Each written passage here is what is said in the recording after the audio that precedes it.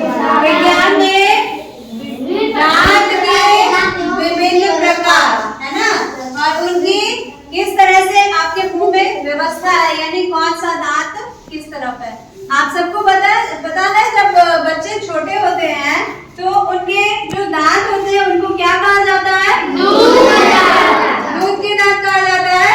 और वो दूध के दांत क्या उम्र भर रहते हैं, जीवन भर रहते हैं? नहीं रहते हैं। कब टूटते हैं?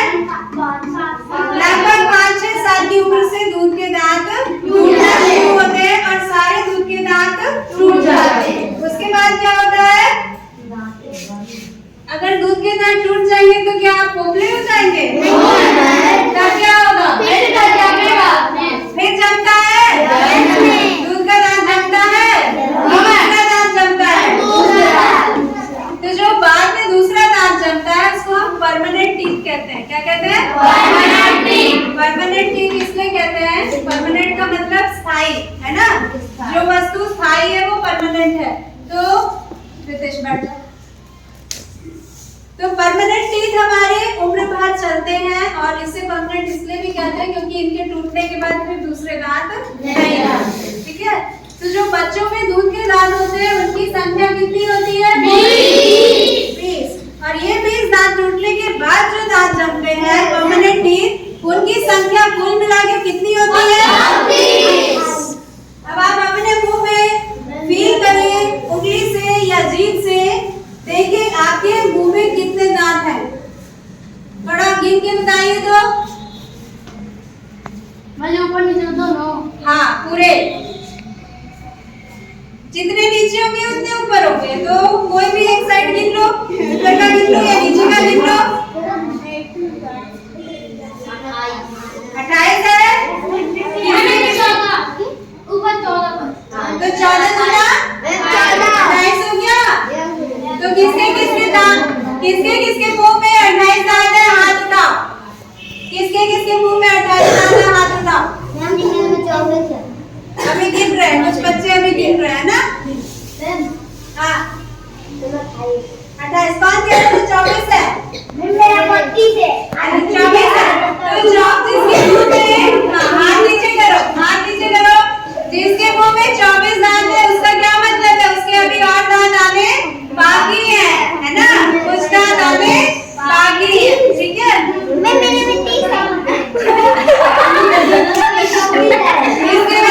इसका मतलब इसका 2 अक्कर का दांत भी आ गया है ना।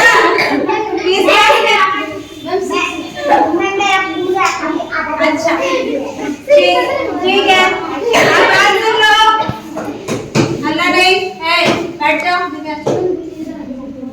तो दूध के दांत टूटने के बाद आमतौर पे सब बच्चों में कितने दांत उग जाते हैं? 28 दांत उग जाते हैं। और जो लास्ट के 4 दांत होते हैं उनको हम क्या कहते हैं? अक्ल का दांत। क्या कहते हैं? आम भाषा में अक्ल का दांत कहते हैं। और वो दांत जो है वो कभी भी जिंदगी में किसी भी उम्र में उग सकते हैं और एक एक करके उगते हैं वो, है ना। ठीक है, तो अब हम देखते हैं कि ये जो 32 दांत है वयस्क मनुष्यों के, वो किस पैटर्न में हमारे मुंह में होते हैं। बात करो। उसका एक खास पैटर्न होता है ना, एक ही ढंग से वो व्यवस्थित होते हैं 4 हिस्से में। नीचे का, अच्छा, दांत जिस पे होते हैं उस हड्डी को क्या कहते हैं? जबड़ा। क्या कहते हैं? जबड़ा। इंग्लिश में जॉ। क्या कहते हैं? जॉ। तो ये अपर जॉ है और ये लोअर जॉ, है ना। अपर जॉ में अपर टीथ, लोअर जॉ में लोअर टीथ। ठीक है, तो जितने अपर टीथ है उतने लोअर टीथ है। ठीक है ना। और लोअर टीथ में भी 2 पार्ट्स करेंगे तो जितने लेफ्ट साइड है उतने राइट साइड। ऐसे अपर पार्ट में भी अगर 2 पार्ट करेंगे तो जितने लेफ्ट साइड है उतने ही राइट साइड। ठीक है, तो अगर आपको टोटल दांतों की संख्या गिननी है तो आप ऐसे भी कर सकते हो कि खाली नीचे के दांत गिनो, वो भी आधे, उसको 4 से गुणा कर दो तो आपके टोटल दांत निकल आएंगे। ठीक है, अब हम देखते हैं ये क्या है? दांतों का मॉडल है ना। ये प्लास्टिक का दांत है ना। इसको हम इसलिए लाए ताकि तुम लोग देख सको कि दांत अंदर से कैसा दिखता है, ठीक है। अब देखो, एक विशेषता होती है हर प्रकार के दांत की। जो हमारे सबसे फ्रंट में सबसे आगे जो दांत होते हैं वो 4 दांत ऊपर और 4 दांत नीचे, इनको हम कहते हैं, ये वाले क्या कहते हैं, कृंतक। क्या कहते हैं? इनका काम क्या होता है?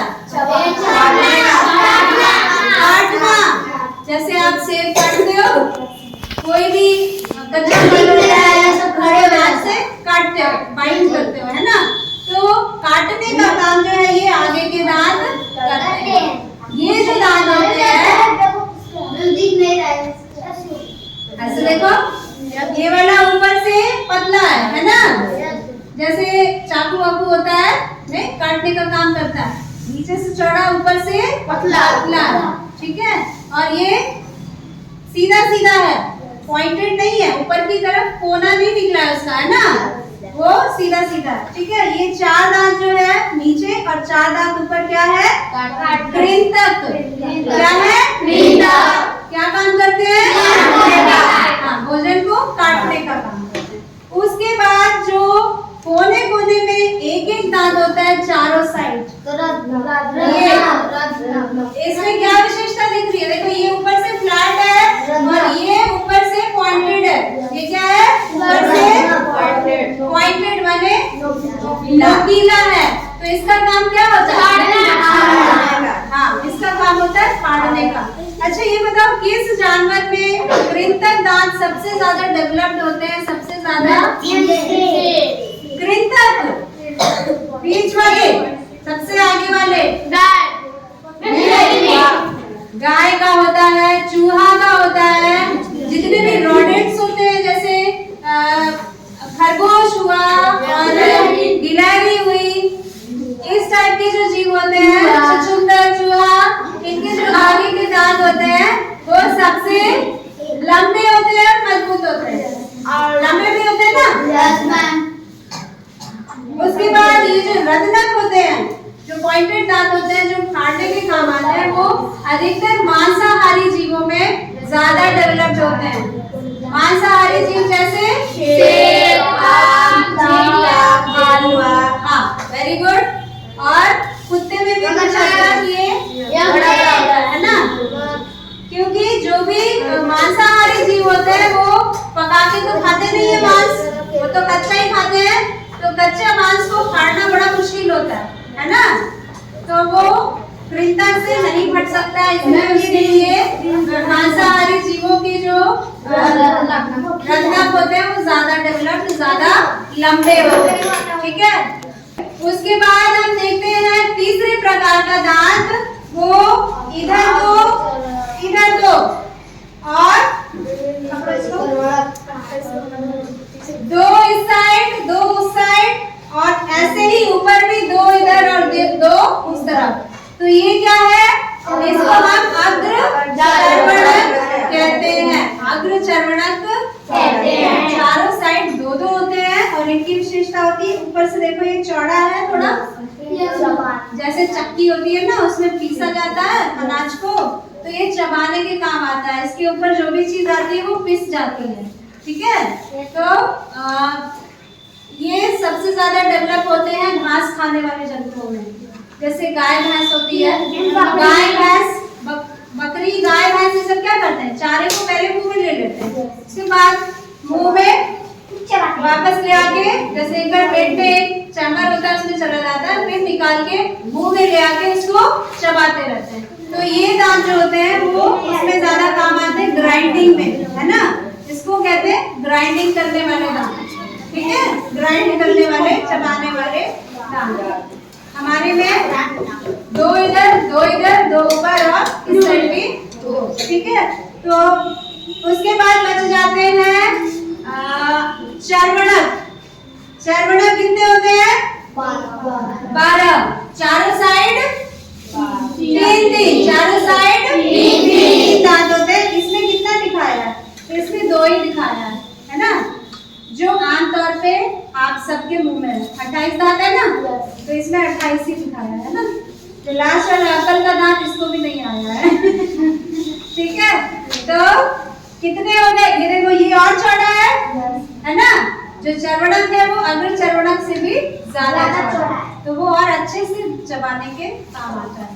कहा जाता है ना कि खाना जब मुंह में लीजिए तो उसको अच्छे से चबाइए। तो यही ये जो ग्राइंडिंग वाले दांत होते हैं उसी के बीच में वो पीसना पड़ता है खाने को, है ना।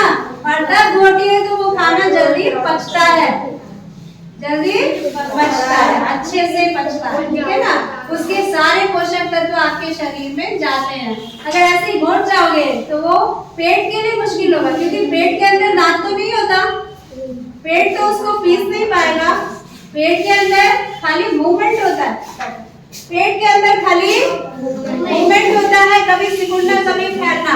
अगर सोचो चमड़े की थैली बस खाली सिकुड़ रही है, फैल रही है, तो उससे अगर तुम उसके उस थैली के अंदर पत्थर डाल दोगे तो क्या वो पिस पाएगा? नहीं ना।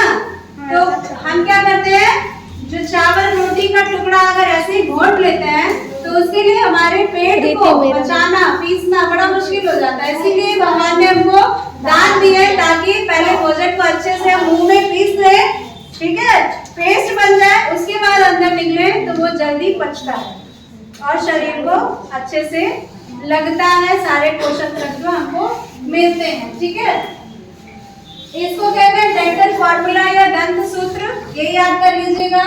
चर्वणक कितने होते हैं टोटल? 3 गुणा 4, अग्र चर्वणक 2 गुणा 4, 8, रत्नक 1 गुणा 4, 7 और कृंतक 2 गुणा 4, 8। एक और याद करने की सबसे इम्पोर्टेंट चीज है कि मनुष्य के शरीर का सबसे कठोर भाग क्या होता है? दंतवल्क, टूथ एनामल। अब ये एक मॉडल हम लाए हैं जिसमें ये कैसा दांत है, कुछ लग रहा है, समझ में आ रहा है? खोड़ीला वाला वो यहाँ से क्या हुआ, इसका टूथ एनामल गायब है। टूथ एनामल इसको कहते हैं, ये जो सफेद हिस्सा है ना, ये हार्ड हिस्सा होता है जो दांत का ऊपर वाला, उसको टूथ एनामल कहते हैं। ठीक है, तो जब हमारे दांत सड़ते हैं, खराब होते हैं, तो ये टूथ एनामल जर्म्स यानी जीवाणु या बैक्टीरिया के द्वारा ये नष्ट कर दिया जाता है। ठीक है, तो क्या होता है, अंदर का ये जो नसों वाला हिस्सा होता है, जो गूदा जो मांस वाला हिस्सा होता है, ये कभी कभी ऊपर आ जाता है। समझ आ रहा है? तो जब ये ऊपर आएगा तो क्या होगा, हमको हर चीज महसूस होगी, है ना। अगर एनामल ऊपर रहेगा तो हमको कुछ भी महसूस नहीं होगा, है ना, बस चबाएंगे और चीजें अंदर जाएंगी। अगर दांत में सड़न हो जाती है तो एनामल वहां से गायब हो जाता है और ये जो चबाने वाला जो भोजन है वो इसके कांटेक्ट में आ जाता है। अंदर जो नरम मांस होता है, जो नसें होती है, जो केशिकाएं होती है, इन सब के संपर्क में आने से हमको दर्द महसूस होता है। समझ आ रहा है?